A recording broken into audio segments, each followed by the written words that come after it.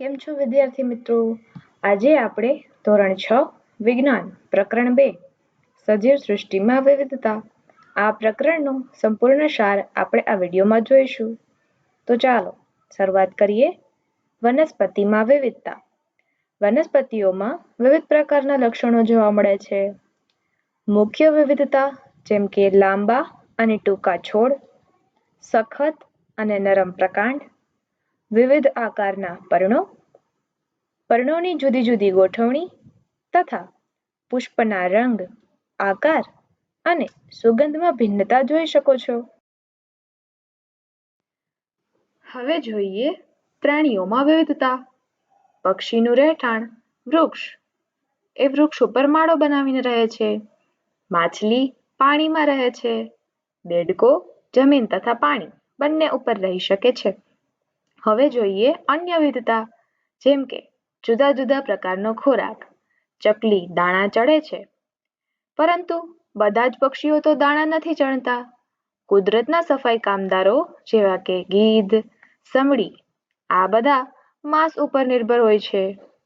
કેટલાક પાલતુ પ્રાણીઓ જેવા કે ગાય, ભેંસ, બકરી, બળદ આ બધા ઘાસ ફૂસ અને વનસ્પતિઓ ખાય છે, જ્યારે જંગલી પ્રાણીઓ વનસ્પતિ ઉપર નિર્ભર રહેતા નથી, તેઓ માંસાહારી હોય છે.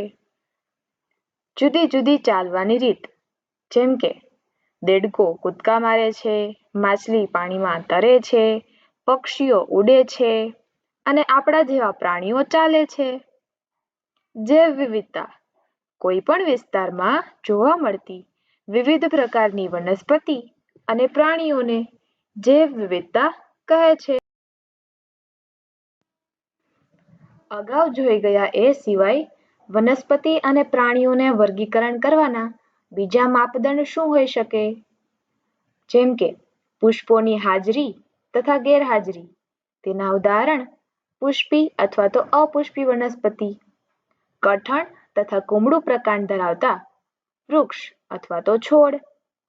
પ્રાણીઓને જો વર્ગીકરણ કરવાના બીજા માપદંડ આપણે જોવા હોય તો ખોરાક ગ્રહણ કરવાની ટેવ, જેમ કે શાકાહારી કે જે વનસ્પતિ ઉપર આધાર રાખે છે તથા માંસાહારી કે જે માંસ ઉપર આધાર રાખે છે, તથા આના સિવાય મિશ્રાહારી પણ હોઈ શકે જે શાકાહારી તથા માંસાહારી બંને પ્રકારનો ખોરાક આરોગે છે. રહેઠાણ. જલીય એટલે કે પાણીમાં રહેતા, ભૂનિવાસ એટલે કે જમીન પર રહેતા પ્રાણીઓ. વનસ્પતિના વર્ગીકરણ માટે ધ્યાનમાં લેવાતા મુખ્ય લક્ષણો ઊંચાઈ, પ્રકાંડનો રંગ, જાડાઈ, સખતપણું, પર્ણ તથા પુષ્પ. વનસ્પતિના પ્રકાર. પહેલું વૃક્ષ. ઊંચા અને જાડું થડ ધરાવતા હોય છે. ઉદાહરણ તરીકે આંબો, વડલો, પીપળો વગેરે. બીજું ક્ષુપ. નાના અને ઘણી ડાળીઓ ધરાવતા હોય છે. ઉદાહરણ તરીકે ગુલાબ. ત્રીજું છોડ. નરમ અને લીલું પ્રકાંડ ધરાવતા હોય છે, જેમ કે ટામેટીનો છોડ. ચોથું વેલા કે જે આધાર રાખીને ચડે છે. ઉદાહરણ વટાણા. ભૂપ્રદેશ કે જમીન પર ફેલાય છે. ઉદાહરણ તરીકે કોળું તથા તરબૂચ. હવે જોઈએ સૌથી મહત્વપૂર્ણ મુદ્દો પર્ણમાં શિરાવિન્યાસ. શિરાવિન્યાસના બે પ્રકાર હોય છે, એક જાળીદાર શિરાવિન્યાસ અને બીજું સમાંતર શિરાવિન્યાસ. જાળીદાર શિરાવિન્યાસમાં પર્ણમાં ઝાડ જેવી રચના જોઈ શકો છો. ઉદાહરણ તરીકે જાસૂદનું પર્ણ. એવી જ રીતે સમાંતર શિરાવિન્યાસ કે જે પર્ણમાં શિરાઓ સમાંતર રીતે ગોઠવાયેલી જોવા મળે તેને સમાંતર શિરાવિન્યાસ કહે છે. ઉદાહરણ તરીકે કેળ તથા ઘાસના પર્ણો.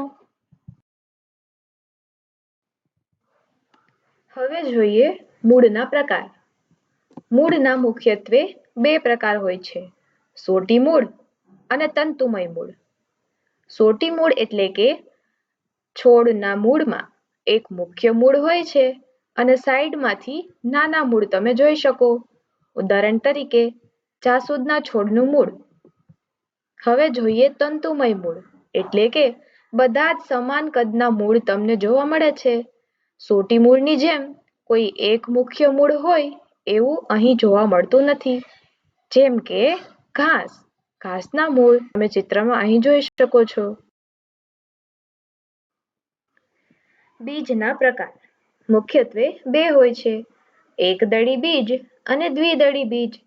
એકદળી બીજમાં એક જ બીજપત્ર હોય છે, ઉદાહરણ તરીકે મકાઈ. અને દ્વિદળી બીજમાં બે બીજપત્ર હોય છે, ઉદાહરણ તરીકે ચણા. જે બીજના બે એકસરખા ફાડા થઈ શકે તે દ્વિદળી બીજ અને જે બીજના બે એકસરખા ફાડા ન થઈ શકે એ એકદળી બીજ. હવે જોઈએ પ્રાણીઓનું વર્ગીકરણ. નીચેના આધારે કરી શકાય: આકાર, કદ, રચના, રંગ તથા રહેઠાણ. ચાલો હવે જોઈએ વિવિધ વિસ્તારના વનસ્પતિ અને પ્રાણીઓ. માછલી પાણીમાં રહે છે, ધારારેખીય શરીર ધરાવે છે અને મીન પક્ષો હોય છે, જેથી કરીને માછલીને તરવામાં સરળતા રહે. બકરી ઘાસવાળા વિસ્તારમાં રહે છે અને પગથી ચાલે છે. થોર કે જે મુખ્યત્વે રણ પ્રદેશમાં જોવા મળે છે. થોર જાડું અને માસલ પ્રકાંડ ધરાવે છે અને પાણીનો સંગ્રહ કરે છે. દેવદારનું વૃક્ષ શંકુ આકાર તથા ઢોળાવવાળી શાખાઓ ધરાવે છે, કારણ કે તે વિસ્તારમાં ખૂબ જ બરફ પડતો હોય છે અને બરફને સરળતાથી સરકાવી શકાય એટલા માટે શંકુ આકાર અને ઢોળાવવાળી શાખાઓ ખૂબ જ જરૂરી છે. હવે આપણે ગરમ રણમાં રહેતા અને ઠંડા રણમાં રહેતા ઊંટનો તફાવત જોઈએ. ગરમ રણમાં રહેતા ઊંટને એક ખૂંદ, લાંબા પગ અને પહોળી ખરી હોય છે, જ્યારે ઠંડા રણમાં રહેતા ઊંટને બે ખૂંદ, ટૂંકા પગ અને વધુ વાળ શરીરમાં હોય છે. હવે જોઈએ ભૂરાંશ, કે જે નીચી ઊંચાઈ, નાના પર્ણો અને ભારે પવનમાં ટકી શકે. આ રીતે અનુકૂળતા સાધી શકાય છે. ધન્યવાદ.